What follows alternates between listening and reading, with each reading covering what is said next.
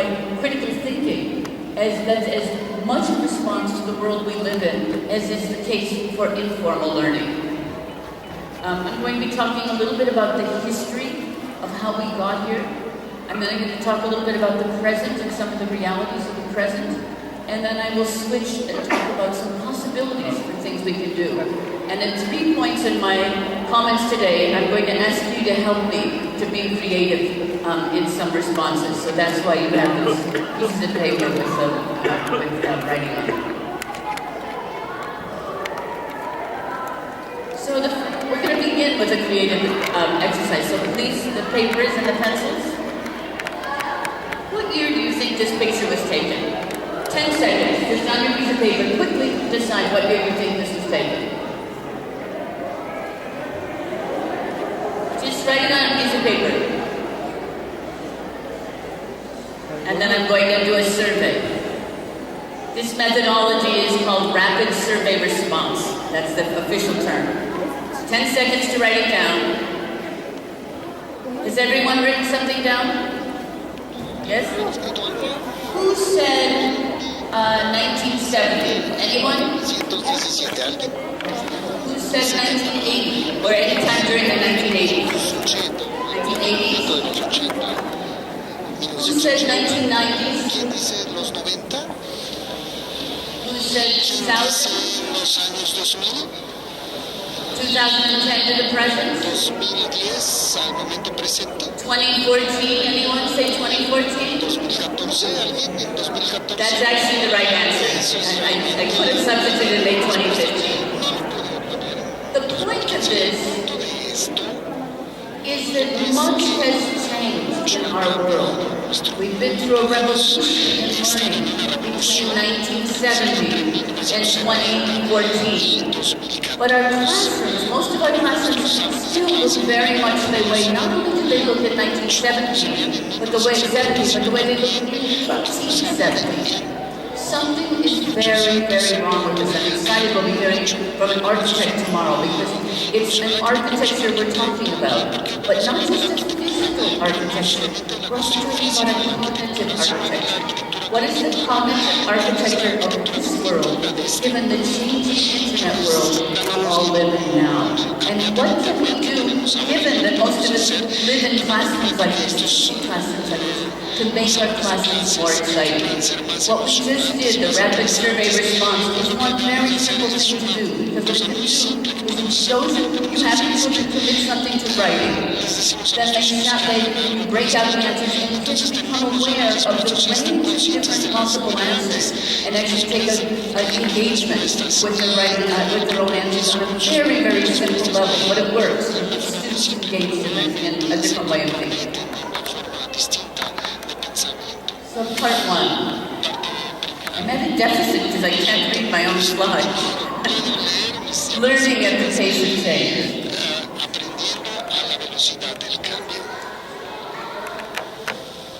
The world changed on April 22nd, 1993. It wasn't like T.S. Eliot said with a whimper or a bang. It changed when the scientists at the National Center for Supercomputing Operations released the Mosaic 1.0 browser to the public and made it free for educational and nonprofit use and very inexpensive for commercial use.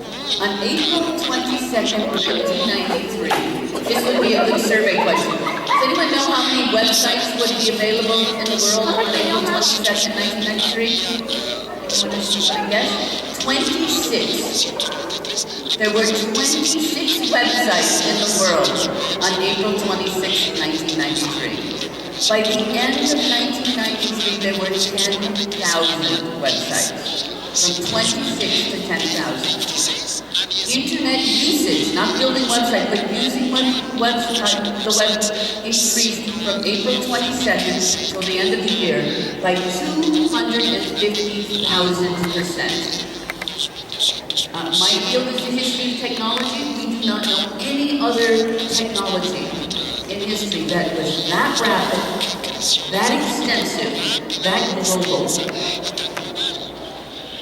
More to the point, what the internet does is not just the technology, it is different way of interacting in the world.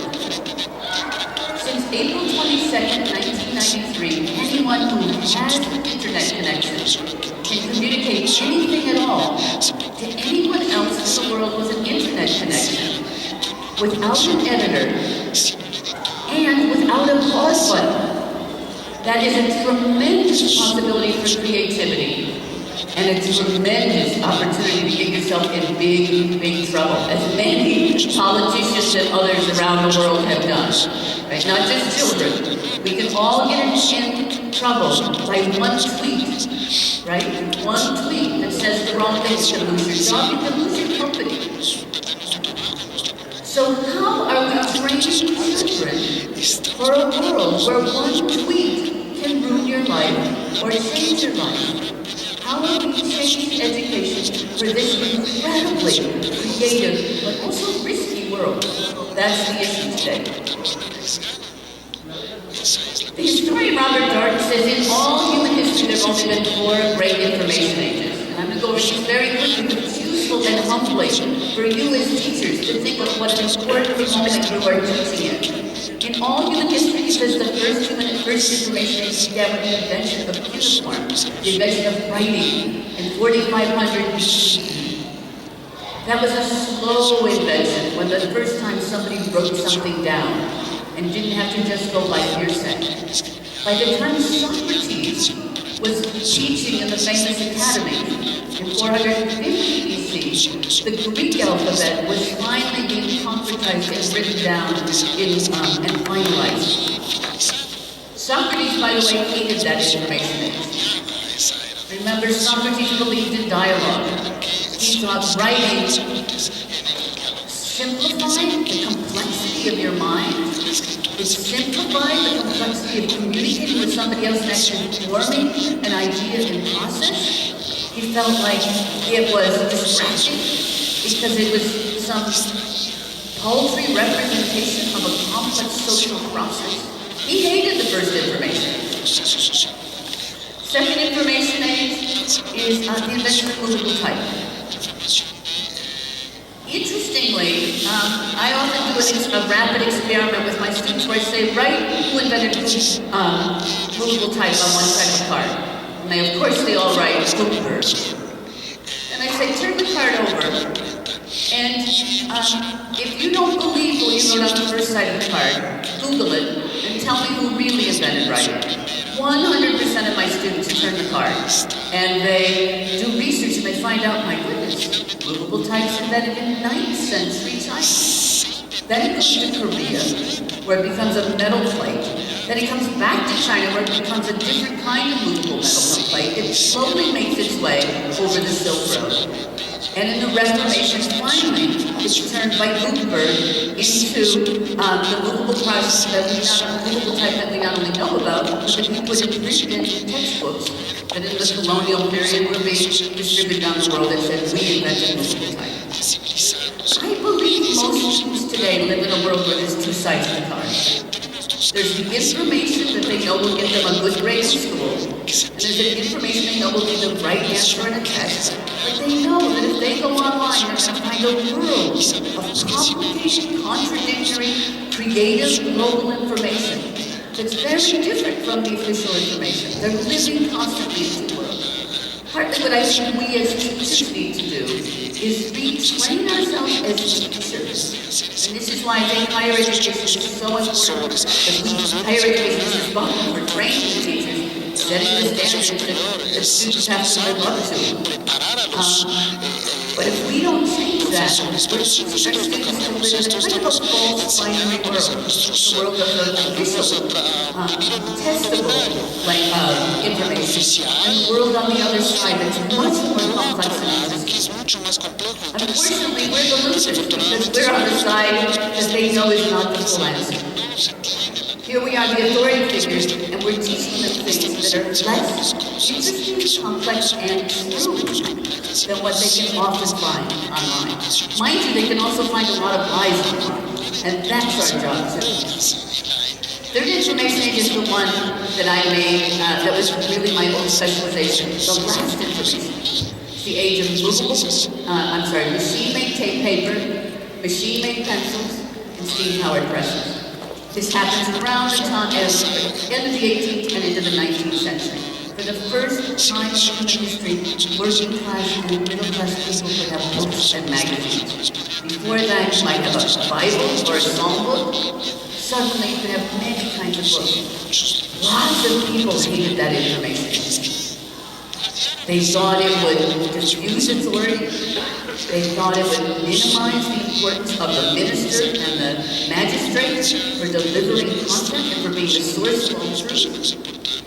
And they invented a system. This is the important part. They invented a system of compulsory public education that would help to remind people of authority figures that were very different than all these novels and wild sensational books and other things that were about heroes like themselves. Novels about pirates and beggar girls and abolitionists, advocates for human rights, advocates for democracy, advocates for women's rights. That's what the people wanted to read. School was about Gutenberg being on this side of the car, not the other side of the car. And now, where do we live in now? We live in an era since April 22nd, 1993, where anytime I have an idea, I can communicate that with anyone else who has an internet connection. Incredible. But we are still teaching in a system was developed for the last information age. We've inherited that system. That's the system. Okay, second exercise. This is an exercise called Think, Pair, Share. It comes in 3 parts. The first one is, what are the 3 basic, just 90 seconds, what are the 3, so quick, jot this down, 3 greatest challenges or obstacles you find to being a creative teacher today? 3 biggest obstacles you find to being a creative teacher today. 90 seconds, very, very quickly. No right answers, no wrong answers.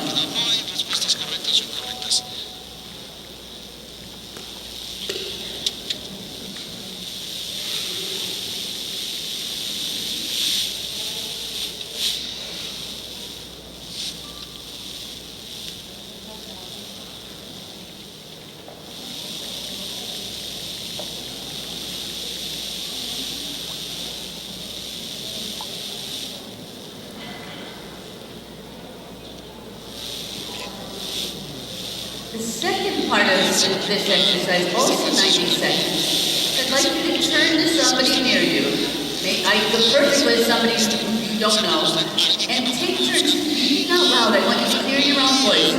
Read out loud what's on your card. Hear about the other person what's on their card. Together decide what you think is the single most important one. And in the question and answers, we might come back to the one you think is the single most important. So take again 90 seconds to read to one another what's on your card.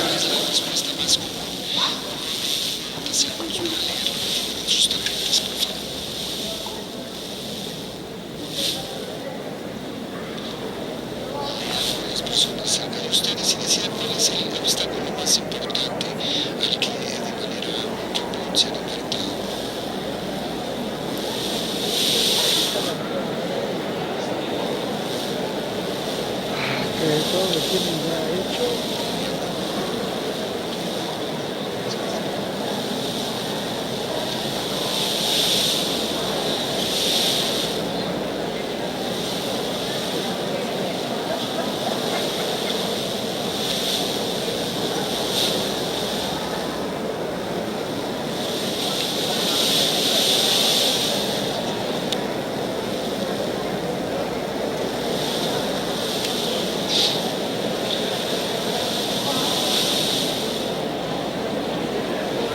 Okay, that's 90 seconds.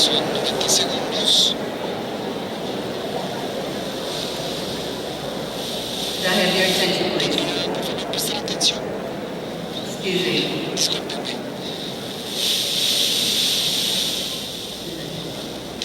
So I could actually leave the room right now. Because what we did, this is an exercise I learned from a second grade teacher. It's also done in medical school. It's called Think, Pair, Share. It's a simple exercise where it's very different than class discussion. Because in class discussion, we know this from the research, about 20% of the students speak, and we feel good if only 20% speak. In this, every student has an opportunity to hear his or her own voice. That is important. That's the beginning of creativity. I have a voice. Every student in this experiment hears somebody else. They actually listen to somebody else. And every student has a chance to collaborate and put that together. When I teach, we have a second version for the sharing. We don't just share it with each other, we always do it publicly. So what they write goes up on the internet. So all the lessons, for example, in this room we might have 1,800 different obstacles to creativity, or we might find out that there's really 10 things that all of you find are the biggest obstacles to creativity. This would be, if I were doing a workshop with all of you, I might try to process all that information and figure out what are the 10 biggest obstacles and make a workshop on that. That is a fantastic way to teach any subject matter. And it works actually very, very well for math and for STEM science. But it means you're invested in the process of your own learning. You can do that without violating any of the rules of your school, right? You can still fit that within your students. You can still learn content. It's a great way of summarizing, summarize content. And we know cognitively you're more likely to remember what you did in that exchange than in anything else I say today. We have lots of cognitive work on that. So, how did we get to this situation of broadcast modeling of education? Let's talk about it. The biggest weapon in the 19th century for compulsory public education was the school mark. And that's what we've inherited from that role, the schoolmaster and the school mark. It was quite a project that the 19th century had. The 19th century project was to teach farmers how to be factory workers and how to make shopkeepers be part of huge, massive manufacturing operations. That is not an easy project. How many people in here come from backgrounds with farming background, or know very much about what a farmer does every day? Not so many. I would have thought more. That's interesting. I'm from Chicago. I'm on a farm in Chicago. But my first husband, my late husband, was from a ranch in Mountain View, Alberta, Canada. 200 people and 200 square miles. So I learned a lot about what the life of a rancher was. And what the life of a rancher is constantly making decisions.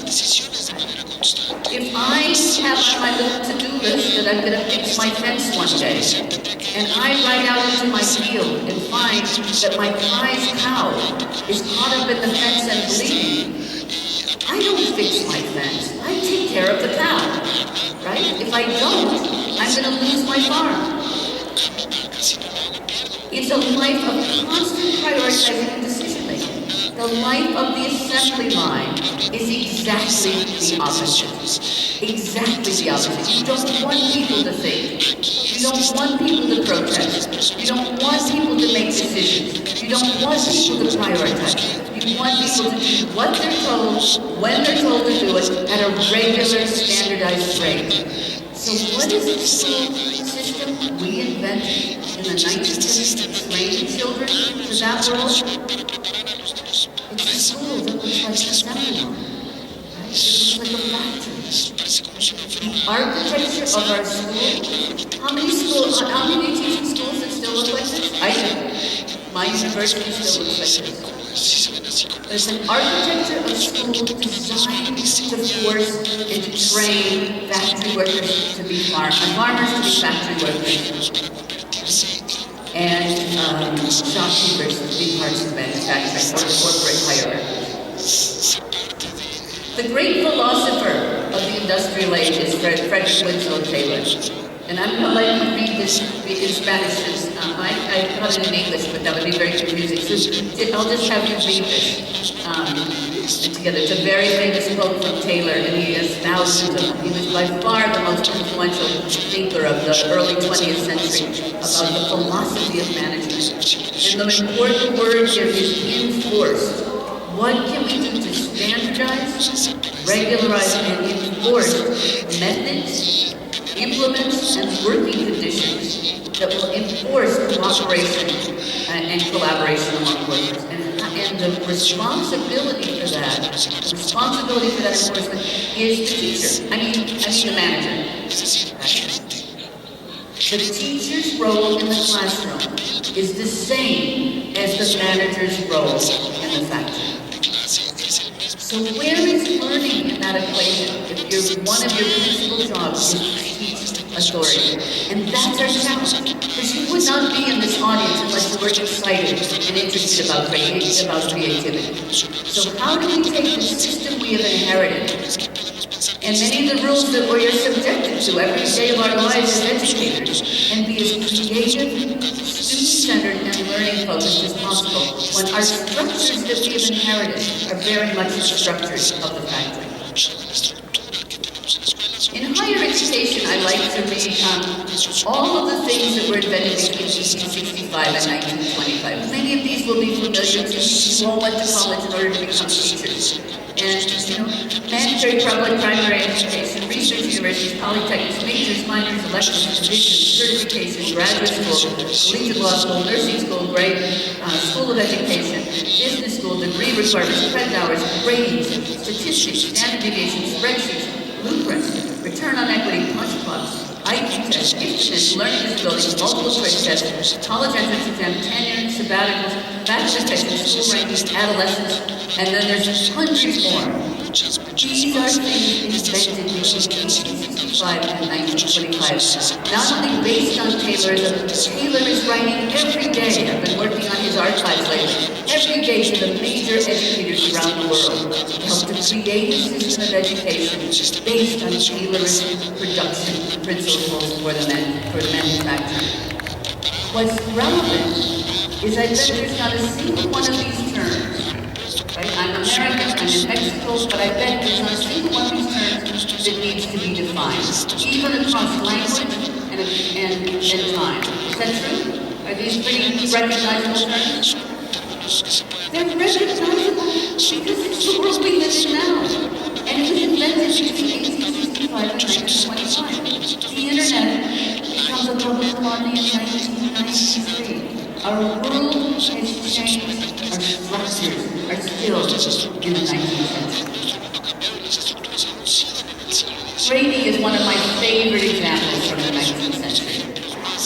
The first university to go from long written out discursive comments to ABC grades because they thought it was scientific and standardized and rigorous was a women's college, Mount Holyoke University College in the United States. And they wanted to be modern women, they wanted to simplify science. The second organization to adopt ABC grading was the American Impact Association.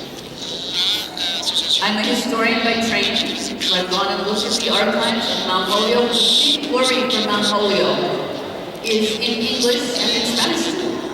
If you had an A, B, C, D, E grade, and E meant failure, it would be confusing because somebody might think it meant excellent or exceptional. So they decided to be an F instead. I've also read the archives of the American Meatpackers Association. The argument for meatpackers is how can you do something as complicated as sirloin or chuck or roast beef to something as simple-minded as an A, B, C, D, F grade. So from the very beginning, in education, you can put a grade, whether it's a number grade or a letter grade, on a transcript, and that's all that stands. Whereas to this day, at least in the United States, every piece of meat not only has an A, B, C, D, F grade, but it has what we would call in modern technology terms metadata attached to it. You can find out who gave the grade, what that grade meant, and you can read their notes on every single piece of meat. We are more complex in dealing with sirloin and chuck than we are with our children. Again, it's an inheritance that we have to change, and we're working on towards creative models against these strictures of regulation and standardization. My editor in the last book I wrote said, who invented the multiple choice test? It had never occurred to me that somebody had invented it. Turns out there's a guy who invented it. Frederick Kelly invents the multiple choice test in 1914 because there's a labor shortage. America and the rest of the world is gearing up towards the war effort in World War I. In the United States, immigrants are pouring into America. There's a new law that says you must attend 2 years of secondary school, which would be like, it's a different system in Mexico. Secondary school would be like high school. There aren't teachers. So that doctoral student in Kansas decides that what he needs to do is invent a test that can be automated, where you put a grid on it and anyone, not a teacher, anyone can grade the test. It's something invented to get us through a crisis. In his dissertation, he says this is a terrible way of learning. It reduces complexity of learning to one idea, reduces the complexity of ideas to 4 possible choices. But we're in a crisis, and this is a good way, this is a term I would not use, it's a very obnoxious term to use. This is lower order thinking for the lower orders. Not for the elite, not for Harvard, not for the great universities of Mexico, but for the lower orders. Once the crisis passes, and more teachers are trained, Frederick Kelly becomes the biggest advocate for ending multiple choice testing. He says, I didn't mean that. I was helping us in a crisis. I didn't mean this to become the law of the land. But in 1925, the SATs in America, which is similar to passing, makes standardized testing the way of entering colleges and universities. This is just a comic coming out from Harvard University Press this month, dramatizing what the assembly line method of school. And why I like this is one of the most creative process I know. This is the world's first ever dissertation about comics written as a comic.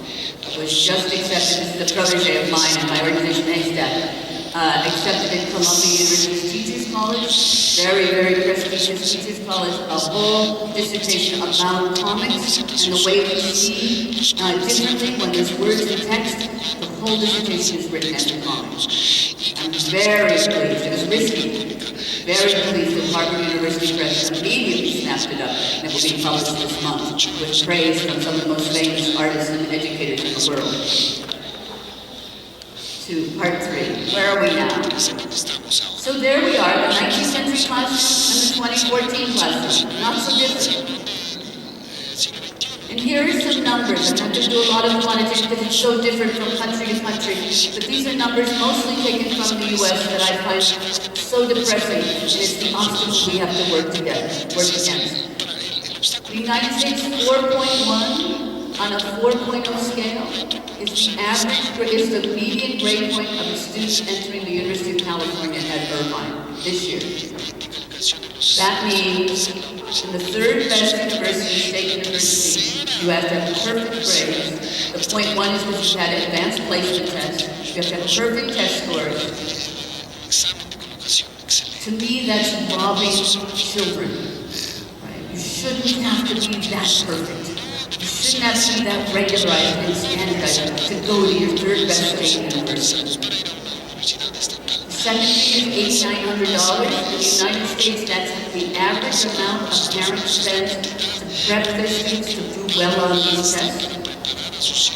$8,900 a year to have your students, your children take after-school classes to learn how to do well on a test. Is that learning? Is that really learning?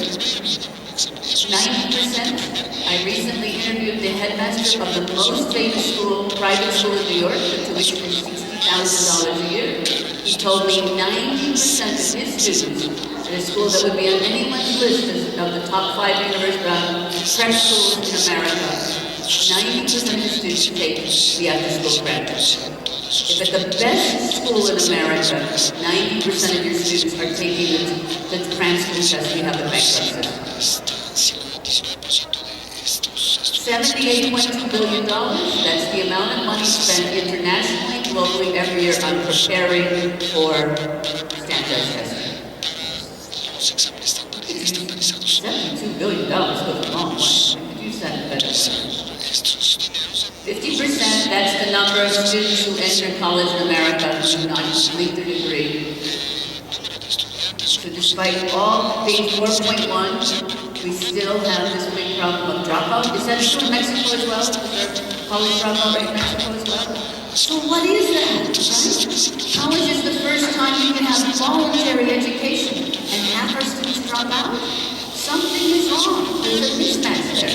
20 times is the amount that the elite private universities spend on keeping kids in college. They have a 96% retention rate, but they spend, Thomas Carroll Huxley says they spend 20% more resources on all the ways they can make college appealing to teach students in college.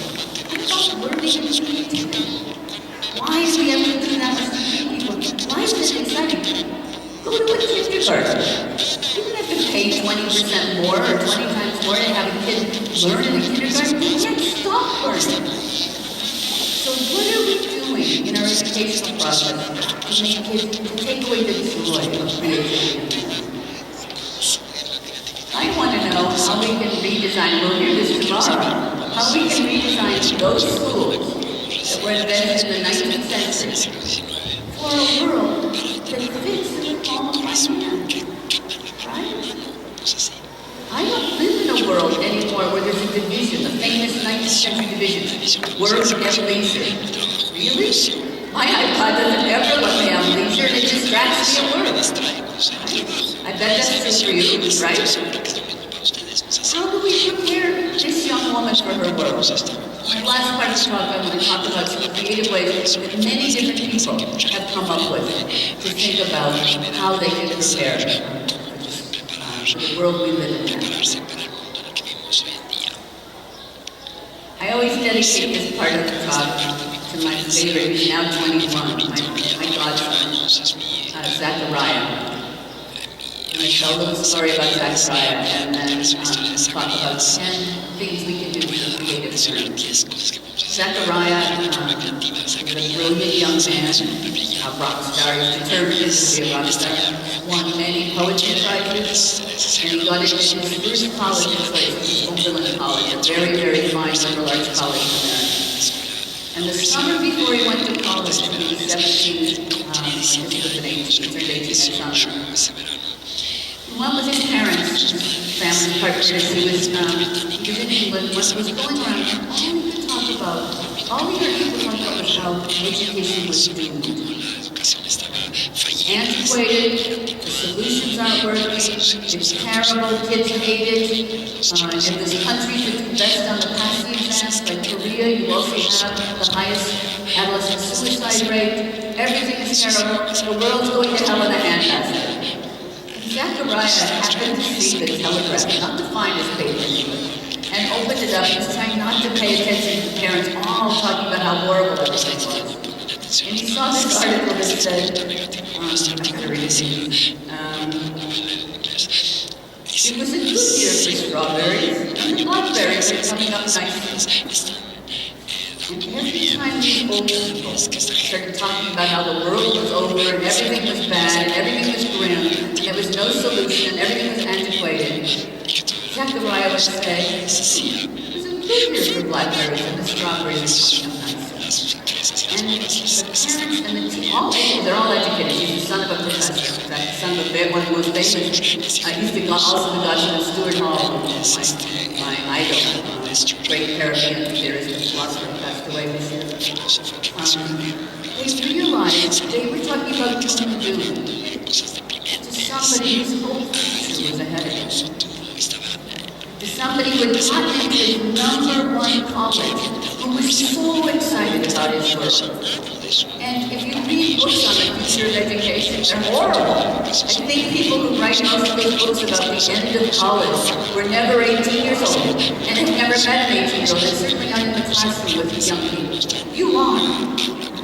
We, I think in this room, we are so lucky to be in the classroom with young people, right? We still want to believe in ripe strawberries and blackberries and don't want to hear the world is over. So that, to me, is our inspiration. What can we do as teachers to keep that spark of learning and life alive? We know they have it outside of school. What can we do in the most formal, restricted schools to be true to my friend Zachariah and make sure that there's some possibilities and creativity in his life?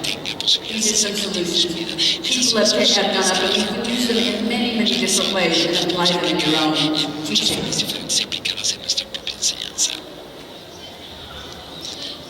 One, I have to read these. Model on learning.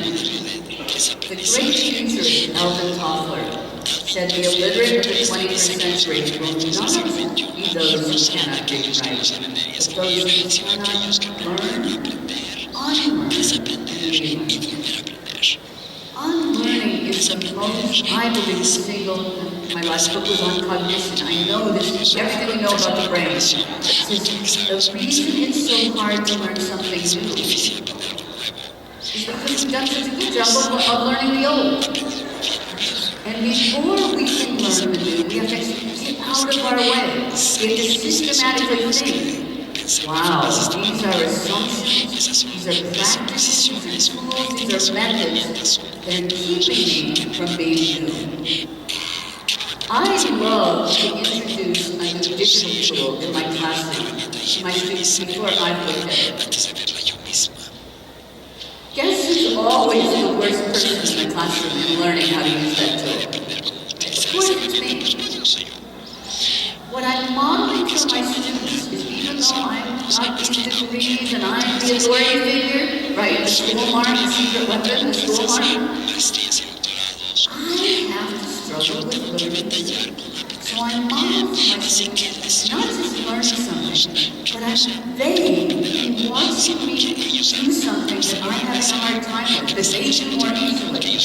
They are also unlearning some of the principles of authority that allow them to be that allow them to be irresponsible, less responsible in the classroom. Because the thing is, I'm the factory worker, the foreman, as the teacher. If I'm the authority figure, that means my students don't have any responsibility for their own learning. So when I am humble and I demonstrate to them how I can unlearn my patterns, right? Where's the return key on this computer, right? Where's the carriage return on this computer? My students love to see me having to unlearn my patterns and unlearn them.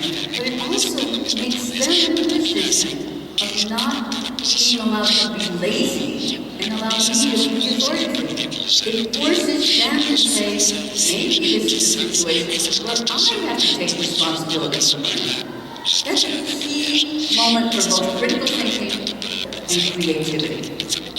Somebody just told me yesterday the best definition of an artist they've ever heard is an artist is somebody who knows how to make complex decisions when there are no rules and no blueprint for what decisions need to be made. What a perfect description of the world we live in. Unlearning is the first step. 2. Design for success. This is my first doctoral student who teaches at Schoolcraft Community College who recently wrote this on the Haystack blog. He said, my syllabi are designed so that students who attend classes regularly do the homework. And this is a little different for high school. Probably you have compulsory homework and compulsory attendance. In college, this is a voluntary thing. You have to adapt it for high school or for K-12. But I basically said, I tell them the first day class, if you do this, there's no reason for you to fail. No one needs to fail. Do it, and if you would do it for your own situation, tell your students on the first day, do this and you won't fail this class. You'll get the equivalent of a C. You will not fail this class if you do this. The things we know in college about attendance and homework is that students actually attend every single class, do every single homework, and these homework, they always do better than the students anyway. It's a great way of tricking them into doing the homework and doing it.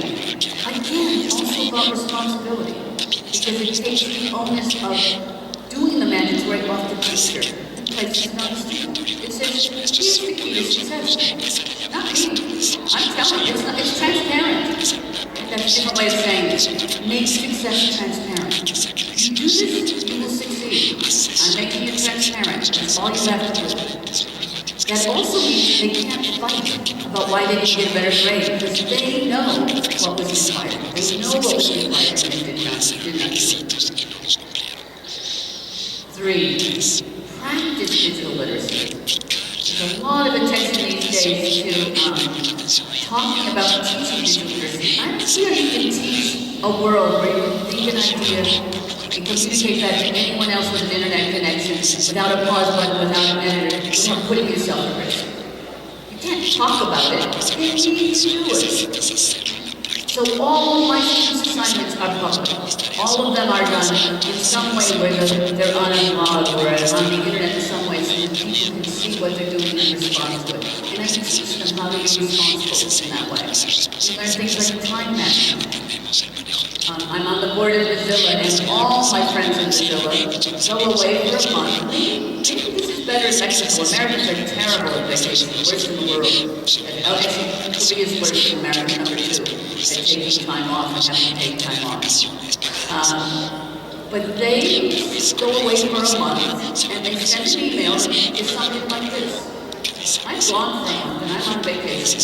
And when I come back, I'm not going to read a month of emails. So if you want to reach me on May 25th and tell me what you want.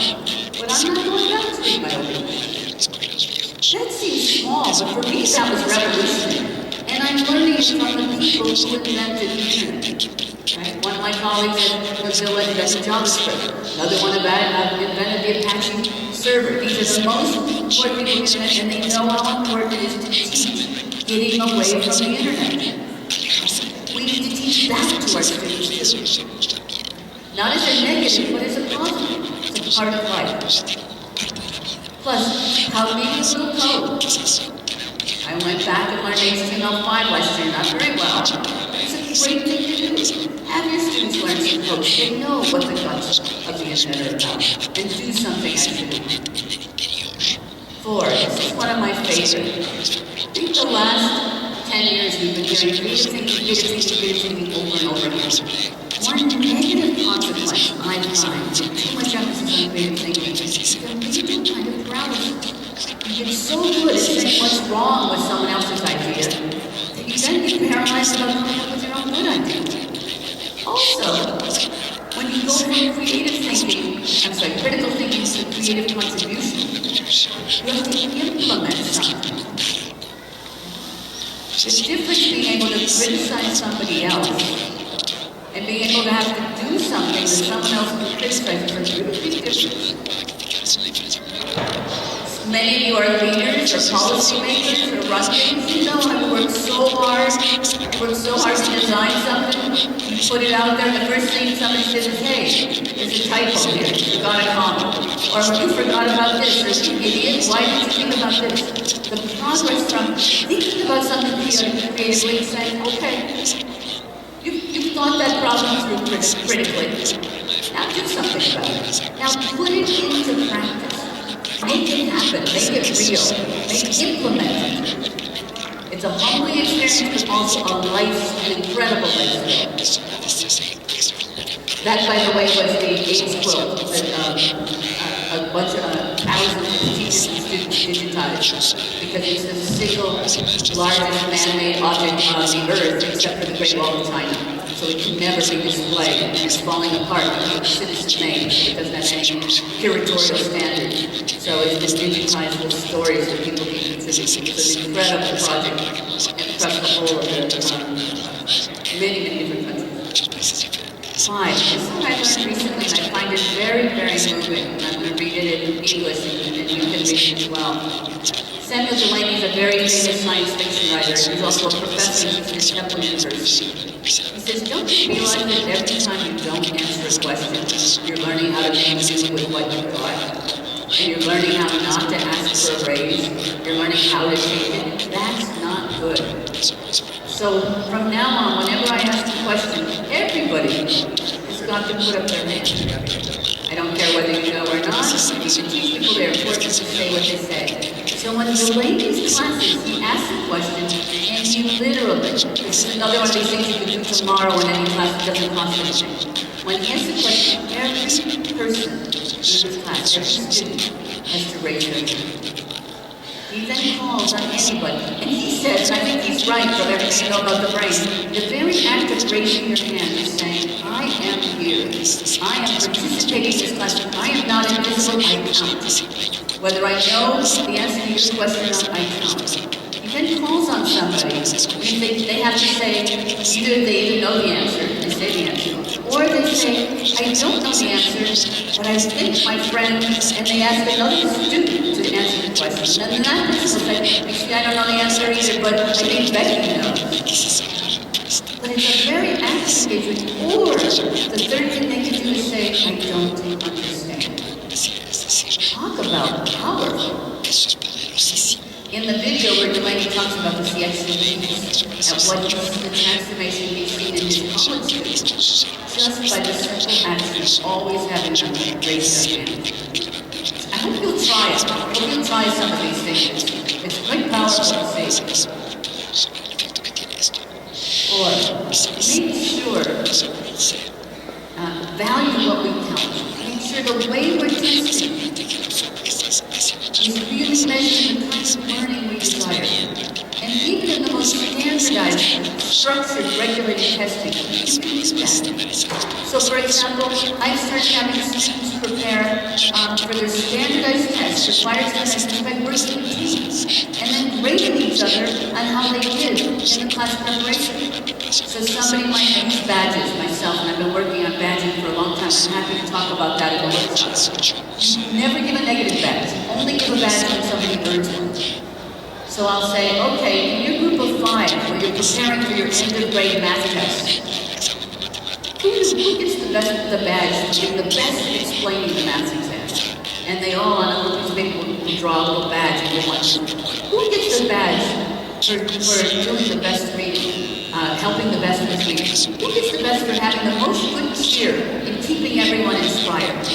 So the students not only learn, but they also learn how to give respect to one another. And believe me, they start learning like crazy. It's an incredible motivator. It takes a standardized testing situation and turns it into a creative, social, personal life. It's much more like the way kids learn online. Right? No kid puts something out online and it stays there, right?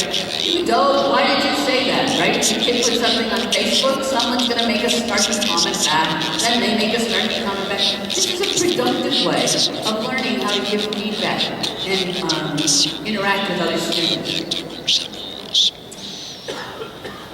Okay, so this is maybe the most important, and I'm not sure if this is going to roll or not. I might need some help with the technology on the side. This is an experiment that Runs the Ball does with monkeys. Monkeys' very favorite food in the world. Actually, second favorite food in the world is cucumbers. They love cucumbers. But there's something they love even more than cucumbers, and that's grapes. So, in this experiment, we've got 2 monkeys strapped and side by side, and they're doing a task. If they do the task right, they get a reward. They get some food. Watch that. I'm going to be able to make this.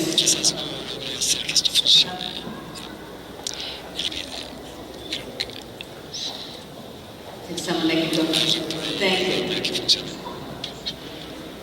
So she gives a rock to us, that's the task. And we give her a piece of cucumber, she eats it. The other one needs to give a rock to us. That's what she does. And she gets a grape. And they love grapes. If the other one sees that, she gives a rock to us now, gets again a cucumber.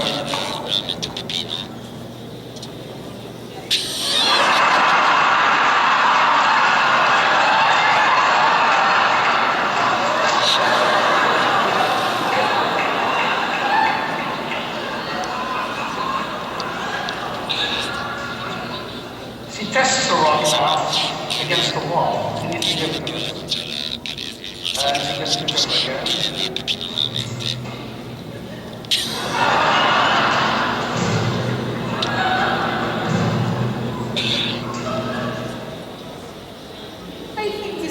human. esto es tan humano, Right? no es así, And don't we all feel a little bit like that? nosotros así a veces, I mean, we were trained. nos entrenaron, How nos many people enseñaron, here got their degrees before 1993? su licenciatura antes del 93, How many people got their college degree before su 1993? licenciatura antes del 93. You were probably the best students ever. Mejores alumnos que existieron, no es así, And then the internet comes along. Internet, Right? You learned those lessons so well. You learned all about industrial education. Your great teachers couldn't be here if you weren't concerned. And then suddenly the internet comes along and changes everything. And boy, I feel like I'm getting cucumbers sometimes. con la situación ahora en Internet, no es Like así, I am working so hard and someone else, probably someone 24 and dropped out of Harvard, is getting the grades and I'm getting the no cucumbers. le subas a esa otra persona y ya me It's está that empathy that we need to feel for how hard it is to be creative in a time of constant change. It's really important. It's about humility, but it's also about empathy. Also empathy with our students. Our students are growing up in a world where one side of the card is Gutenberg and the other side of the card is 9th century Korea, the 10th century China, then the Silk Road. Right? That's a hard world to grow up in. You're being judged completely by Gutenberg. They live in a world with Korea and China and a global interconnected world. That empathy to me is very important. Very important. Equally important, and that's why you have conferences like this. Find other creative people who have and want to adapt to change, and make them honest. If you're doing something that works in your school, don't keep it to yourself. Share it with somebody else who can share it in their school. Or even better, do something in 2 or 3 schools and write a book and blog about it. And tell the world what you did and what the results were. You're far more powerful and compelling. Also, administrators are not the enemy. Administrators are just, they're getting cucumbers along the time too. Everybody's mad at education. Is there anyone anywhere in the world that is happy about education right now? I have a little side job going. I'm being sarcastic. I've been very honored to be invited by the Ministry of Education to Korea, Thailand, Hong Kong, Japan, another country. They want to use it because they have a crisis. They don't feel their students are learning creativity. They're learning how to be great test takers, and they're failing at creativity. They're demoralized, kids hate it, the parents hate it, the teachers hate it. These are the people who are doing the best. Make alliances with other kids. Too, and this goes along with the monkeys.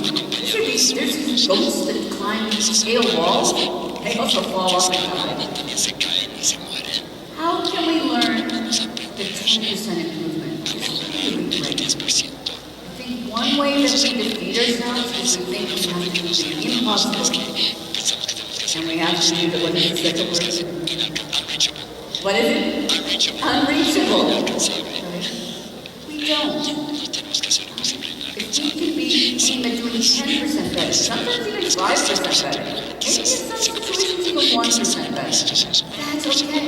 And then you build on that. And you try to get something else 10% better. You think you're going to reform everything overnight. You know you're going to fail. You're going to be demoralized. And being demoralized is the biggest problem to success. Confidence, feeling you can change, feeling you can adapt, feeling you're creative, is also about lowering expectations.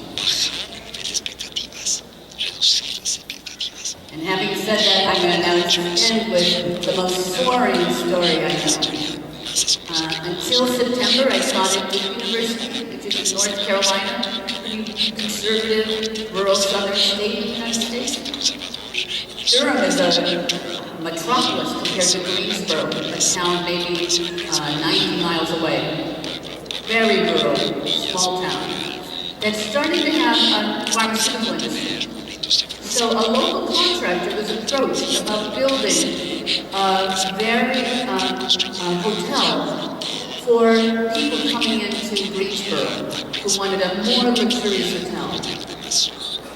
And Dennis Quaintance, the contractor, had been working with 80 local carpenters, not trained architects, but local people in the construction industry. And he said, what if we not only built a hotel, but what if we tried to build an environmentally sustainable hotel? What if we go on the internet and try it? What if we talk to other people and try it? What if we try it ourselves? It's something he called Toilet of the Month Club, where everyone would bring home a different toilet and try it on their families, and the kids would write reports. It's noisy, it didn't flush well, etc. They started recording what they were doing, and the people who give out LEED, L-E-E-D, Leadership in Environmental Energy and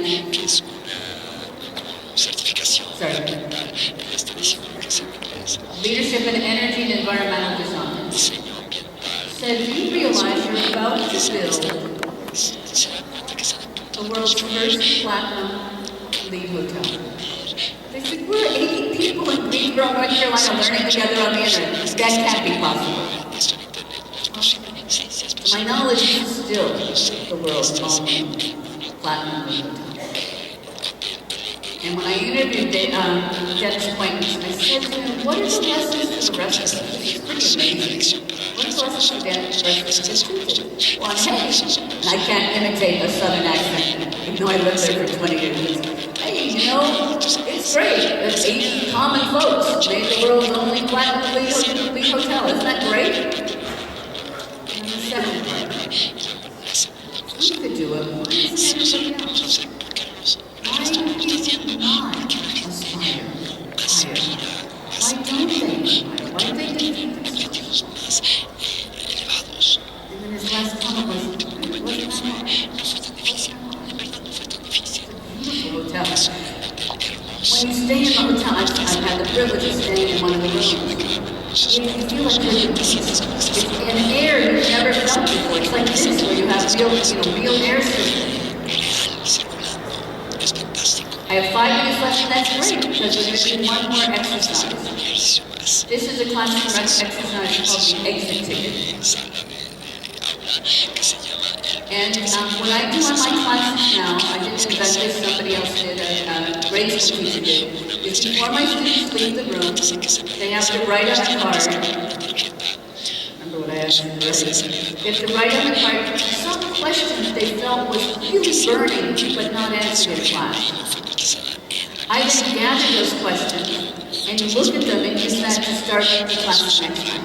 I also then have to do an entrance ticket when they come back into the class, where they themselves come up with answers to the burning question they left with. It's a fantastic way to review material. Also a fantastic way for them to summarize all of the things they've learned in the class period. You know, you people learn very, very little in a class. We think they learn a lot, but you know, even the TED Talks, the famous TED Talks, the 20-minute TED Talks, ethnographers have stood in the lobby after the most famous TED Talks and interviewed people and asked them simple questions from TED Talks. They get about 10% right. When they're leaving, and it's the TED Talks where they say, that was life-changing. I learned so much. I've never learned so much. 10%. What we retain in a production model of conversation is very low. But when you have this recognition ticket where they say, this is the question I'm worried about, and they know the next day they're going to come back and have to write an entrance ticket where they say, this is what I thought about, that's brilliant kinds of review. So we're going to do it now. We have a workshop with Judy Coleman, and we're going to be doing a workshop later on, and we're going to collect your exit tickets. I don't know how we're going to do this with 900 people, but we'll get some sense. Having heard me blab for an hour, what is most bothering you? Right? What is that I wrote? What's your most pressing question about creative teaching and learning initiatives? Just write something on the card, we'll collect it on your paper, we'll collect those papers, and we'll use those to help inspire our workshop later on. And I think that is another one of the most important lessons. Techniques you can all use, doesn't cost anything. It works. We've got tons of research. I haven't been doing this as a research talk today, but I could do chapter and verse on the research on this. Engagement is a huge thing for what you learn and what you retain. So what's your most pressing question? And then enjoy the rest of the conference. And I know you will. and I know you'll get out a lot of it, because it's written on your heart. That's the single most important thing. What's on your heart? What you know is your question. Get an answer to. Find ways creatively to find the answers to this question. If not here, in your own classroom with your own students next week. Thank you so much for your attention. It's been a lovely, lovely audience. Thank you.